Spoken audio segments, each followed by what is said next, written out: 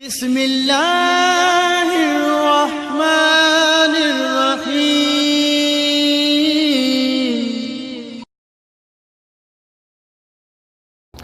बिस्मिल्लाहिर्रहमानिर्रहीम।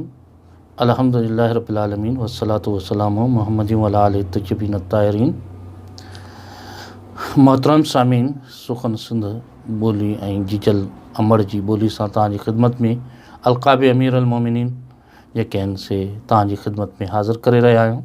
194 अलक़ाब ताईं पहुतासीं। उहो हुयो त जंगजू बहादुरनि खे थिया पाचो करण वारा। उन खां बाद जो लक़ब असीं शुरू करे रहिया आहियूं।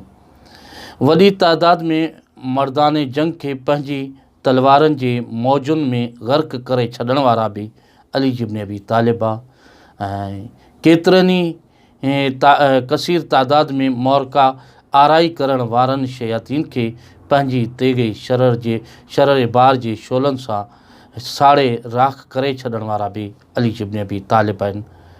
अली इब्न अबी तालिब बिल आख़िर इस्लाम जे उमूरनि खे यकजा ऐं मुनज़म करे छॾियाऊं।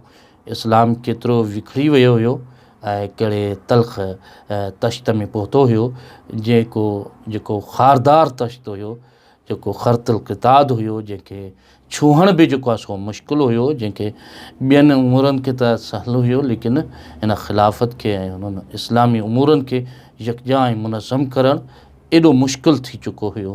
जिन जेको आहे सो खुलम खुला खाई ॾिठो हुयो ऐं खुलम जेको आहे सो खुला जेको आहे सो मौजू माणियूं हुयूं, उन्हनि खे जेके आहुरनि में खाइण वारा, उनखे पाहुड़नि जी तरफ़ आणण वारा, ऐं इहो तमामु मुश्किल हुयो ऐं इस्लामी उमूरनि खे यकजा करणु मुश्किल हुयो। लेकिन अली अलैहिस्सलाम पंहिंजी महिनत ऐं हिमत सां जेको आहे सो इस्लामी उमूरनि खे यकजा ऐं मुनज़म बिल आख़िर कयऊं।